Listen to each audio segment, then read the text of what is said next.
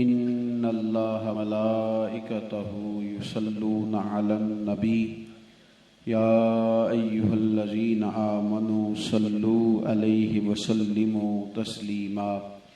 अस्सलातु वस्सलामु अलैका या सय्यदी या रसूलल्लाह व अला आलिका व अस्हाबिका या सय्यदी या हबीबल्लाह। सारे हज़रात दुरूद शरीफ पढ़िए, सारे हज़रात दुरूद शरीफ पढ़िए।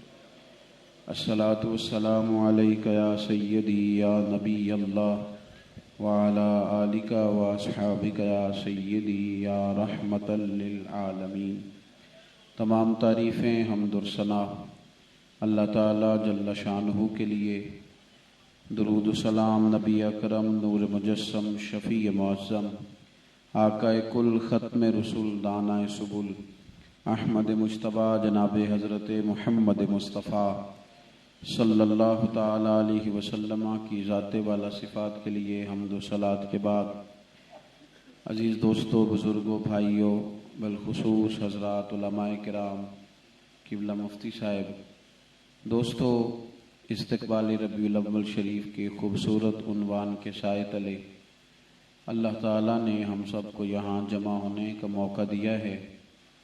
अल्लाह ताला हमारी नीयतों को, इरादों को इखलास का वज़ू नसीब फरमाए। हर रियाकारी से, हर तसन्नो से, हर बनावट से, ज़ाती शोहरत से, ज़ाती मुफादात से अल्लाह ताला हम सब को महफूज फरमाए। कुरान मजीद में अल्लाह ताला ने नबी पाक सल्लल्लाहु ताला अलैहि वसल्लम की शान बयान फरमाई है और मालिक करीम ने फरमाया है कि वरफ़अना लका ज़िक्रक, ए महबूब, हमने आपके लिए आपके ज़िक्र को बुलंदियाँ अता फरमा दी। आप बैठ जाएं जी। अगर आप अल्लाह आपको महंगे महंगे मोबाइल दे, कभी इसको छोड़ना भी चाहिए। मतलब ये कि तशरीफ़ रखें, आपसे बात हो सके। जनाब, आप मोबाइल तो आपके पास है, हमने तो चले जाना है, तो हमारा ख्याल है कि आप मोबाइल ना देखें, हमें देखें। अल्लाह आपको खुश रखे। वीडियो 2-4 साथी बना लें, बाकियों को दे दें। वैसे भी सारी कौम सहाफ़ी बन गई, तो बाकी काम किससे कराने।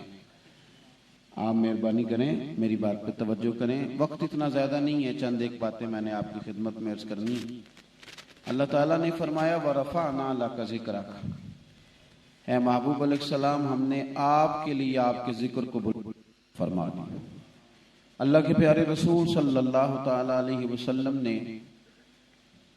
हज़रत जिब्रील अमीन अलैहिस्सलाम से ये पूछा कि जिब्रील, ये बताइए कि किस तरह अल्लाह ने मेरा ज़िक्र बुलंद किया है।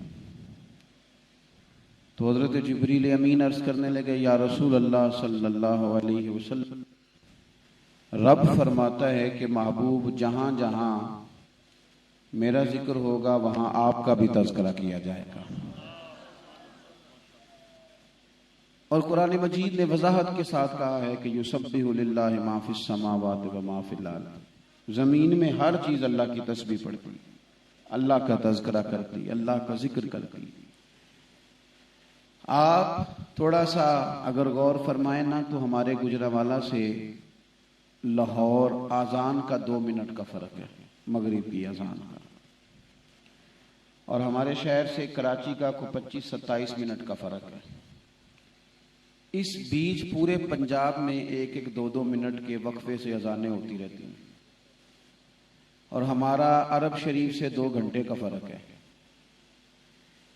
इस बीच हर वक्त ही अज़ान पढ़ी जाती है और हर वक्त ही रसूल पाक का तज़किरा किया जाता है।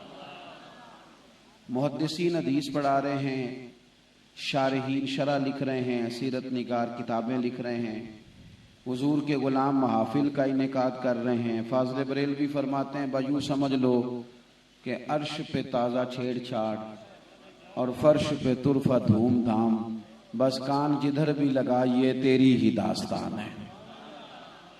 हमें क्या हुक्म दिया गया था? हमें ये हुक्म दिया गया था कि हम हर वक्त नबी करीम अलैहिस्सलाम के तज़कारे जमीला को अपनी गुफ्तगू के शामिल हाल रखें। हर वक्त हुजूर का तज़किरा करें। फाज़िल बरेलवी भी ये सबक देते हैं, कहते हैं जिक्र उनका छेड़िए हर बात पर, हुजूर का तज़किरा करें, नबी पाक की बात करें। रसूल करीम की जो बातें हैं वो एक तो हमारी बातों को मुस्तनद कर देंगी, जब सरकार के हवाले आ जाएंगे तो हमारी बातें मजबूत हो जाएंगी, जब करीम का हवाला आ जाएगा तो हमारी कड़वी बातें भी मीठी हो जाएंगी, जब हुजूर का हवाला आ जाएगा तो हमारे शब रोज में इत्मीनान आ जाएगा, नबी पाक का तज़किरा किया जाए। तशरीफ रखें जी, बैठ जाए। अल्लाह आपको जज़ाए खैर, आप भी बैठ जाएं।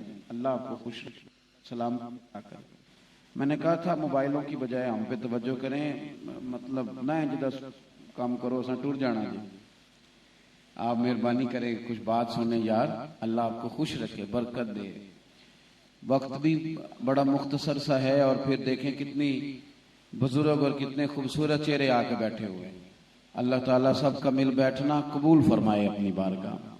हमें अपने हर मामले में, अपनी हर गुफ्तगू में रसूल पाक के तज़किरे आम करने चाहिए। हम बड़े मुनफरद किस्म के लोग हैं सारे, इल्ला माशाअल्लाह। कुल वाले दिन सबको नात याद आती है, 10वें वाले दिन याद आती है, जनाजे वाले दिन याद आती है। ये समझ नहीं आती कि बेटे की मेहंदी वाले दिन नात क्यों नहीं याद आती। ये नहीं समझ आती कि जब बेटे का वलीमा होता है तब याद क्यों नहीं आती। बाज मजहबी लोगों को देखा, बाज नात खानों को भी देखा, इल्ला माशाअल्लाह, वो महफिल में जिना कैब के साथ मिले और वेस्टकोट के साथ मिले, और किसी वलीमे के मौके पे जाने का उनका अंदाज देखा तो रंग ही बदल गया। और भाई आपका तारुफ ये है कि आप हुजूर के सनाखा हैं, तो आप महफिल भी हैं, महफिल में भी हैं, तो फिर भी मदीने वाले के सनाखा हैं। और आपको किसी सरकारी तकरीब में बिठा दिया जाए तो फिर भी आप हुजूर के सनाखा हैं। हर जगह अगर मेरे भाई महफिल की मीटिंग में हम हुजूर को याद करते हैं, तो जिस वक्त अपने बच्ची और बच्चे के दिन तय करते हैं ना शादी करने के लिए, उस वक्त भी नबी पाक को याद करना चाहिए। और जिस तरह सारे मशवरा देते हो ना कि फलाने की नात हो जानी चाहिए महफिल में, फलान की तिलावत हो जाए, इसी तौर ये भी मशवरा होना चाहिए जब सारी बरादरी बैठी होती है बच्ची के दिन तय करने, मैरिज हाल फलाना बुक करा लो, तारीख वो वाली रख लो, फुफो नाराज है तो जरा उसको मना लो, ये सारी बातें हो रही होती। अल्लाह करे कुछ सियाना बोल के कहे कि जरा ये भी याद कर लो कि मदीने वाले का क्या तरीका है शादी के मसले में, क्योंकि हुजूर ने तो कहा निकाह मिन सुन्नती, निकाह तो मेरा तरीका है। अल्लाह करे उस वक्त भी हुजूर की याद आए और कोई बरादरी का बड़ा सियाना हाजी नमाजी उस महफिल में भी बोल के कहे कि भाई बैंड बाजा ना बजाना, शोर शराबा ना करना, लड़कियों की मूवी ना बनाना, औरतों के हाथों में फूल दे के उन्हें न खड़ा करना कि वो शादी वाले दिन लड़कों पे फूल फेंके, कोई ऐसी बुरी रस्म ना करना। उस दिन भी तो चाहिए ना हुजूर का तज़किरा करें, इसलिए कि हमें तो ये कहा गया है कि जिक्र उनका छेड़िए हर बात, हर मकाम पे हुजूर की याद, हर मकाम। हमारा अगर मिजाज हर वक्त हुजूर को याद करने का बनेगा तो आप यकीन करें घरों में इत्मीनान आएगा, हमें जिंदगी गुजारने के सलीके आएंगे, हम बात को समझेंगे। रबीउल अव्वल शरीफ का इस्तकबाल करना है, 2-3 काम रबीउल अव्वल में बड़े अहम हैं। एक तो सबसे पहले महफिल मिलाद की जाती है, 2 किस्म के लोग फौरन सामने आते हैं। एक तो महफिल मिलाद का इनकार करने वाली जमात सामने आती है। आप बड़े सवाल जवाब करते हैं, बड़े सौदे करते हैं, बड़ी बातें तय करते हैं, थोड़ा सा पूछ लिया करें दोस्तों से जो मिलाद का इनकार करते हैं। आप उनसे कहें कि मैं तो गया था महफिल मिलाद में, वहां तो सबसे पहले कुरान पाक की तिलावत हुई है, उसके बाद नात शरीफ पढ़ी गई है, फिर एक मौलाना ने किताब सुन्नत में बयान किया है, उसके बाद सलाम हुआ है, फिर दुआ हुई है, फिर मुसलमानों को खाना खिलाया गया है। आप इनकार करने वाले से पूछ लें कि मियां बता इनमें से कौन सी चीज नाजायज है, वो निकाल देते हैं। गौर नहीं किया मेरी बात पे। भाई कुरान शरीफ पढ़ना चाहिए कि नहीं महफिल? तो ये चंद अज्जा है मिलाद शरीफ के, नात शरीफ है, तिलावत है, उसके बाद वाज़ो नसीहत है, फिर सलाम है। तो ये काम तो हमें शौक से करने चाहिए थे, इस पर तो हमारी तवज्जो ज्यादा होनी चाहिए। तो इस पर तो इतना ज्यादा जोर होना चाहिए था कि ये हर जगह हो जाता, हर बस में हो जाता, हर घर में हो जाता, ताकि ज्यादा से ज्यादा लोगों तक पैगाम पहुंच जाता था। अब ये कि महफिल मिलाद में तिलावत कुरान पाक होगी, और आपको पता है नबी करीम अलैहिस्सलाम के साथ जो चीज आई है वो कुरान पाक आया है। फिर गौर करें मैंने क्या कहा, कद जाकुम मिनल्लाहि नूरुन व किताबुम मुबीन, तुम्हारे पास नूर आया और किताब मुबीन आई। आपकी महफिल मिलाद में तिलावत होनी है, हमारा हर नकीब खड़ा होकर कहता है सारा कुरान ही हुजूर की नात है, हर खतीब खड़ा होकर कहता है सारा कुरान ही हुजूर की नात है, नात खां भी कहता है सारा कुरान हुजूर की। तो फिर उससे गुजारिश करनी चाहिए ना कि भाई अगर सारा कुरान हुजूर की नात है तो चल पढ़ना चाहता है फिर तो भी शुरू करना। भाई आपने तो एक आयत भी नहीं पढ़ी और शेर भी आपने वो पढ़े जो मुस्तनद शुअरा की नहीं, हमने ऐसी बातें कर दी जो अहले सुन्नत के मुसल्लमात ही नहीं। तो आपको कह रहे थे सारा कुरान नात है तो कुरान पढ़ो ना। आपसे भी शिकवा है, इज्तिमा से भी मुख्तलिफ नातों के रुके भेजते हो, महफिल मिलाद में ये रुका क्यों नहीं भेजते कि कारी साहब सूरत रहमान सुनाए, ये रुका क्यों नहीं भेजते कि सूरह बद्दुहा की तिलावत करें, ये भेजा करें ना रुके के सूरह मुजम्मिल पढ़े। कुरान मजीद महफिल मिलाद में पढ़ा जाए। सारी दुनिया तारीफ करती है हुजूर की, करती रहेगी, पर जो बात चेहरा बद्दुहा में रब ने कर दी है और जो जुल्फे बल्लैल कह के अल्लाह ने कर दी है और जो हुजूर के सीने को अलम नशरा कह के रब ने नात बयान कर दी, वो कोई बयान कर सकता? तो मिलाद की महफिल में कुरान पाक का खास एहतमाम किया जाए, खास शौक के साथ। और जरूरी नहीं कि आपको 40,000 वाला कारी मंगाएं, आपका इमाम जो कई नस्लों से आपको कुरान पाक पढ़ा रहा है ना, उसी को खड़ा करें और उसे कहें कि आप जनाब पढ़े। कोई एक फूलों का हार कभी कभी उसके गले में भी डाल दिया करे, फायदा ही होता है, कोई नुकसान नहीं। उसको कहें कि कुरान मजीद की एक सूरत तिलावत करें और फिर उसका तर्जुमा सादा, उसके बाद ना शरीफ होगी। ना तुम्हारा ज़ौक है, ना तुम्हारा ईमान है। हजरत अब्बास बिन अब्दुल मुत्तलिब रज़ी अल्लाह ताला उन्होंने कहा या रसूलल्लाह आपकी नात पढ़ूं, हुजूर आपकी नात पढ़ूं? तो हुजूर सादा भी कह सकते थे पढ़ो। या रसूलल्लाह नात पढ़ूं? तो हुजूर फरमाने लगे पढ़ो, अल्लाह तुम्हारे दांतों को सलामत रखे।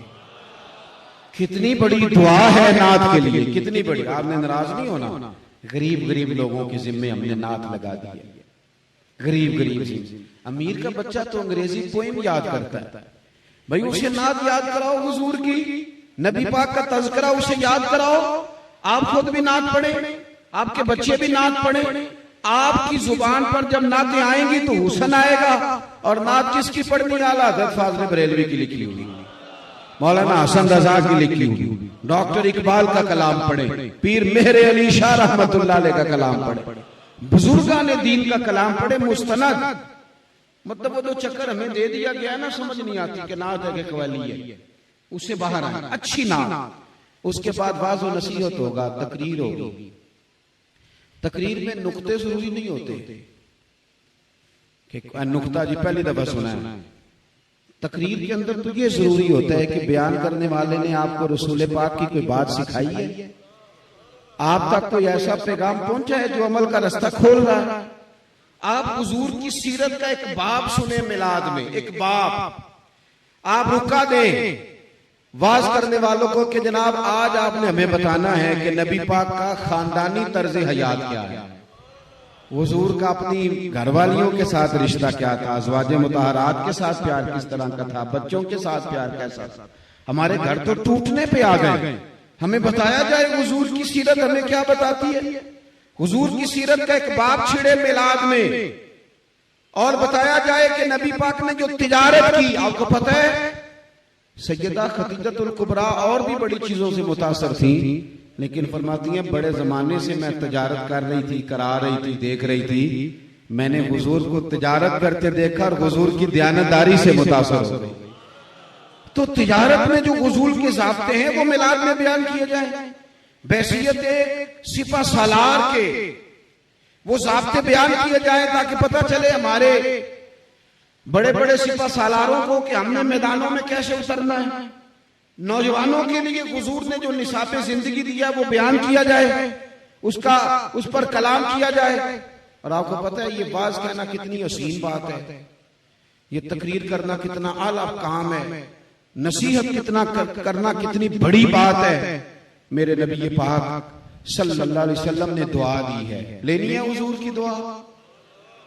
हुजूर ने हाथ उठा के दुआ की, कहा ऐ अल्लाह जो मेरी हदीसें याद करके आगे बयान करे ना तो उसके चेहरे को तरोताजा रखना, चमकता दमकता रखना। जो मेरी बातें आप हम ना गौर नहीं करते। हमारा कहना तो है कि मौलवी साहब तैयारी नहीं करते, कि मेरा ख्याल है कि अगर आप वक्त पे जुमे वाले दिन चले जाए ना तो मेरी तरह का नकम्मा भी हो तो एक आयत का तर्जुमा तो करेगा ही, एक हदीस पाक तो पढ़ेगा ही। कोई तो बात आप दीन की, और दीन को ना आप सीखने की नीयत से सीखें, बहस के इरादे से ना सीखें। वैसे भी आलिम की तारीफ लंबी तकरीर करने वाला नहीं, आलिम की तकरीर बड़ी बहस करने वाला नहीं, ये तारीफ ही नहीं आलिम की। आलिम की तारीफ जो कुरान ने की है वो ये है कि इन्नमा यख्शल्लाह मिन इबादिहिल उलमा, अल्लाह के बंदों में से जो आलिम है वो अल्लाह से डरते हैं। हजरत अब्दुल्लाह इब्न मसऊद इस आयत की तफसीर में फरमाते हैं ज्यादा बातें करने वाला आलिम नहीं होता बल्कि रब से ज्यादा डरने वाला आलिम होता है। आप अगर इल्म वाले हैं, अगर आप कुछ सीख रहे हैं तो उसका मकसद ये है कि हम अपनी तरबियत कैसे कर सकते हैं। तो महफिल मिलाद में अच्छी गुफ्तगू हो, संजीदा हो, सलीकामंद हो। हमारे यहाँ तकरीर चमकाना बड़ा काम है, हम भी देखते हैं महंगा खतीब कौन सा है, गौर करते हैं पहले, नाराज ना होना। आजकल नेक बंदा समझ के दावत नहीं होती, मशहूर बंदा समझ के दावत होती। लोग देखते हैं आजकल हवा किसकी चल रही है, तो हवा तो भाई कभी इधर की होती है तो कभी इधर की होती है। उड़ती नहीं आसमान ना उत्ते अपने आप पतंग, बस जिदे हाथ डोर है ना तेरी ओदियां खैरा मान। आप ये देखें कि बात हुजूर की करनी खूबसूरत संजीदा, ये हमारा स्टेज संजीदा स्टेज है। उन लोगों के हथे ना दें जो कभी भाग के उधर चले जाएं, कभी भाग के उधर चले जाएं। आपको पता है ये स्टेज किसका है? ये गजाली ज़मान का स्टेज है, ये मुहद्दिस आज़म पाकिस्तान का स्टेज है, ये बुजुर्ग और अकाबिरीन का स्टेज है संजीदा। उसके बाद जनाब सलाम होगा। ओ दोस्तों सुनो, रहमत का एक कतरा भी मिल जाए तो बंदे की जिंदगी बन जाती है। जे एक कतरा बख्शे मैनू, किन्ना जी? एक कतरा। और आपने दुरूद शरीफ पढ़ा, हुजूर क्या फरमाते हैं? तू मेरे ऊपर एक बार दुरूद में पाक पढ़, अल्लाह 10 रहमतें फरमाएगा, और तू 10 बार पढ़, अल्लाह 100 रहमतें करेगा। और हुजूर फरमाते हैं जिसने 100 बार पढ़ा ना उसकी पेशानी पे कयामत के दिन लिख दिया जाएगा कि मुनाफिकत से भी बरी है और जहन्नम की आग से भी बरी है। लेकिन शर्त यह है कि ज़ौक से पढ़ा जाए, वावुजू होके पढ़ा जाए, खुशबू लगा के पढ़ा जाए। यानी आप वो जो मैंने और आपने रट्टा लगा लिया ना, मैं बड़ा मसरूफ हूं, बड़े मसरूफ थे हजरत उमर बिन अब्दुल अजीज, बादशाह थे और बड़ा काम करते थे और बड़ी खिदमत करते थे। पर कहते हैं कभी जिंदगी में ऐसा नहीं हुआ कि दिन एक गुजरा हो और मैंने 3000 बार दुरूद और सलाम ना पढ़ा हो। मिलाद सारा दुरूद शरीफ पढ़ना। फिर उसके बाद हमने इसको ईद का है ना, मिलाद को क्या कहा है? ईद बोलते नहीं, तुसी नाराज जापदे हो। ईद तो बेटियों को ईद भी देनी है मिलाद शरीफ में, बहनों को ईद भी देनी है, और जो ज्यादा गरीब नहीं है उसे सही सूट लेके देना है और भेजना नहीं, भाई खुद जाए उसके साथ, उसको दे के आए। 600 का पुराना जोड़ा भी बहन को दे आओगे ना तो वो टेबल पे रख के सारे मोहल्ले को दिखाएगी मेरा भरा बड़ा चंगा है, मेरे को ईद लेके आया। उसे बताओ कि ये वो वाली ईद है जो सारी ईदों की सरदार ईद है। आप बहन को, बेटी को, और जो आपके घर में बेटी है बहू बन के आई उसको आप उनको ईद दें और उसे कहें कि ये तो ईद ही वो है जिसपे हुजूर ने बात ही बेटियों की है। आप ना गरीब के बच्चे को ईदी दें, ईद मिलाद पे आप झंडियां सस्ती खरीद लें और ये देख लें किस गरीब का बच्चा स्कूल फटी वर्दी के साथ जाता है, टूटे जूतों के साथ जाता है, उसे गिफ्ट दें। और फोटो वाला गिफ्ट ना दें, खैरात समझ के ना दें, उसको साथ इज्जत भी दें जो मदीने वाले का तरीका है। उसे कहा पुत्र मैंने अपने बेटे को भी ईद पे जूते लेके दिए, ईद मिलाद जो आई है तो तुझे भी लेके देने हैं। फिर उसके बाद ना लंगर होता है सलाम के बाद। मैंने अपील की थी, फिर कर रहा हूं, मेहरबानी करो, खतीब का, नात खां का, अवाम का, सबका लंगर एक जैसा पकाओ मिलाद पे। आपने इस्तकबाल रबीउल अव्वल जलसा रखा है ना, तो मैं इस्तकबाल की बातें कर रहा हूँ। एक जैसा लंगर, कुछ भी नहीं होता। मौलवी साहब इंशाल्लाह खुश होके खाएंगे चावल जो सारी कौम खाएगी, कुछ नहीं बिगड़ता, नाथ खां भी खाएगा, कुछ नहीं होने लगा। पीर साहब अक्सर छोटे गोश्त की यखनी पीते हैं, कुछ भी नहीं होता उन्हें, इल्ला माशाल्लाह वो खा लेंगे चावल जो आप पकाएंगे एक जैसे। मुझे बताओ, एक खाना मंसूब है कि ये मेरे बुजुर्गों का खत्म है, दादाजी का, अब्बा जी का, नाना जी का, है ना जी, वो भी खाना। एक खाना ये है कि ये खाना जनाब मेरे बेटे के अकीके का है, फिर एक खाना मेरे पुत्र के वलीमे का है। सही बताना, इतना वक्त नहीं है कि बात लंबी की जाए, जल्दी बोलना। बुजुर्गों के खत्म का खाना शापर में डाल के छत से फेंकते हो? हाँ ना तो करो ना। अकीके का, वलीमे का, तो जो हुजूर के मिलाद से मंसूब खाना है वो तुमने कैसे छत से फेंक दिया? वो डब्बा डाल के तुमने डब्बे में डाल के कैसे फेंक दिया? तुम समझे ही नहीं। ये कितना एजाज वाला लंगर था, इसी के सदके तो सारा कुछ मिलता था, और ये तुमने ये हाल किया। ओ भाई, कुछ लोग हैं जो गोश्त से तंग हैं, दालें ढूंढते फिरते हैं। कुछ आज भी ऐसे हैं कि जिनके घर में चावल वाले गोश्त पक जाएं तो बच्चे बोटियों से लड़ते हैं, मैंने 2 खानी थी, मैंने 3 खानी। काश तू मिलाद का लंगर पकाता और तू ज्यादा बोटियां डाल के पकाता, तो गरीब को बिठा के आराम से प्लेट में तू बोटियां डाल के गोश्त वाले चावल डाल के देता। वो छोटा बेटा भी, सबसे छोटे वाला भी साथ ले आता। 3 साल के बेटे को जिसने 2 हफ्ते में कभी 1 बोटी खाई होती है, उसे अच्छा गोश्त मिलता खाने को, तो अपने अब्बा जी से पूछता, अब्बा जी आज की है? तो फिर शायद मिलाद रूह तक उतर जाए। बाप उसे कहेगा, पुत्र आज राज के रोटियां खा, आज मिलाद वाले रसूल का मिलाद है, आज खाना देखना, मिलाद एहसास में आ जाएगा, मिजाज हसासियत में आ जाए। आप थोड़ा सा इसका रंग तो बदले। वही सारी कहानियां, वही नाथ खां पाल लिए, वही खतीब अमीर कर दिए, वही जनाब आपकी नजरों ने आज, वही जनाब फूल न हो। अगर आपने नाराज होना हुआ तो बिस्मिल्लाह हो जाना। क्या बात है कि मिलाद की महफिल में भी गरीब आदमी आगे नहीं बैठ सकता। यहां भी फ्रंट सीटें चौधरियों के लिए, इसलिए उन्होंने 50,000 चंदा दिए। बेनमाजी आदमी को मेहमान खुसूसी बना लिया। उस शख्स को जिसका कोई दूर दूर तक ताल्लुक नहीं, सिर्फ लाख रुपए की खातिर इतना जुल्म किया नाथ खां ने कि नोटों की दत्ती देख के वो शेर नजर करने लग गया। इस मिलाद में भी अगर गरीब को इज्जत नहीं मिलेगी तो सियासी जलसे में तो उसे पहले भी नहीं मिलती। चौधरी तो पहले भी नहीं पास बिठाता। काश तू बात को समझता और मिलाद का मेहमान खुसूसी वो होता जो फजर के वक्त आके मस्जिद खोलता है। उस गरीब को एहसास मिलता, उसे पता चलता। सुनो ना, हदीस बुखारी में है, एक बीबी मस्जिद नबी में झाड़ू देती थी, बीमार हो गई। अल्लाह के रसूल तीमारदारी करने जाते। क्यों? मेरे दीन की नौकरी करती है। तूने एहसास ही नहीं दिया यार, तू समझे ही नहीं। इस मस्जिद का, इस महफिल का मेहमान खुसूसी तो वो है ना जिसने झाड़ू दिया, दरिया बिछाई, वो मेहमान खुसूसी है। वो लोग मेहमान खास है जिन्होंने इश्तिहार लगाए, जिन्होंने यहाँ झाड़ू दे के काम किया। उठना फरीदा सुते आके झाड़ू दे मसीद। तू सुते है, रब जागदा तेरी डाडे नाल परी। हकीकत का सफर करो यारो, हकीकत का सफर। बूढ़ी बीमार हो गई, हुजूर तीमारदारी करते हैं। फरमाया इंतकाल हो जाए तो मुझे खबर करना। ठंड भी थी, रात गहरी भी थी, हुजूर का हुक्म भी था, इंतकाल किसी का हो जाए तो जल्दी तदफीन कर दो। सहाबा कहते हैं हमने इत्तला देना, तकलीफ जाना, जनाजा पढ़ के दफन कर दिया। ओ संगियो, जो मस्जिद की ड्यूटी करे, जो दीन की नौकरी करे, जो गरीबी में भी हुजूर के मिलाद की महफिल में पीछे पीछे भी तुझे नजर आए, पर हर महफिल में आए, हर महफिल में आए, जो जुलूस में हर में नजर आए पर पीछे आए। एहसास तो देखना, बीबी झाड़ू देती है, झाड़ू देती है वो, लेकिन दीन से रिश्ता तो है ना। हुजूर सुबह तशरीफ लाए तो सारा कुछ जानने वाले रसूल पूछते हैं, तुमने मुझे बताया क्यों नहीं?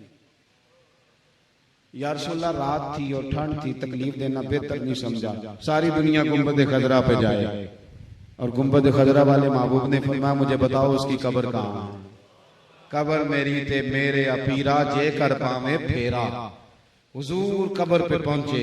वैसे तो दूसरा जनाजा जायज नहीं, लेकिन अगर वारसों ने न पढ़ा हो तो फिर जायज होता है। और हुजूर तो खुद वारिस है ना सारी उम्मत के। रसूल करीम अलैहिस्सलाम ने कब्र पे खड़े होकर फरमाया बनाओ ना सबे, मैं दोबारा जनाजा पढ़ाऊंगा, मैं दोबारा जनाजा पढ़ाऊंगा। दीन से रिश्ता तो है। मिलाद शरीफ की बज़्म में गुरबा को इज्जत दी जाए, फिर दुआ मांगी जाए।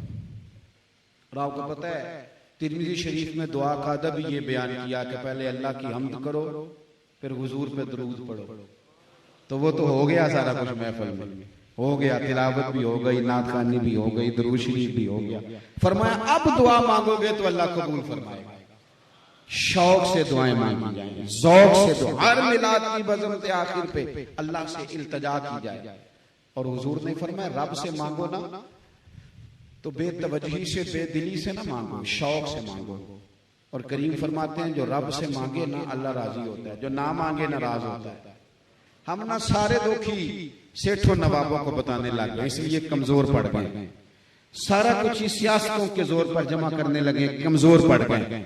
अपना रिश्ता दुआ से बनाएं, मुसल्ले से बनाएं, ताकत हो जाएगी, रूहानी पावर मिलेगी जब दुआएं ज्यादा मांगेंगे। आखिरी बात, जुलूस निकलेगा मिलाद शरीफ का। कोई भी तंजीम निकाले, कोई भी बज़म निकाले, हमें क्या, हमें तो इतना पता है कि नाम महबूबे पाक का ले रहा है।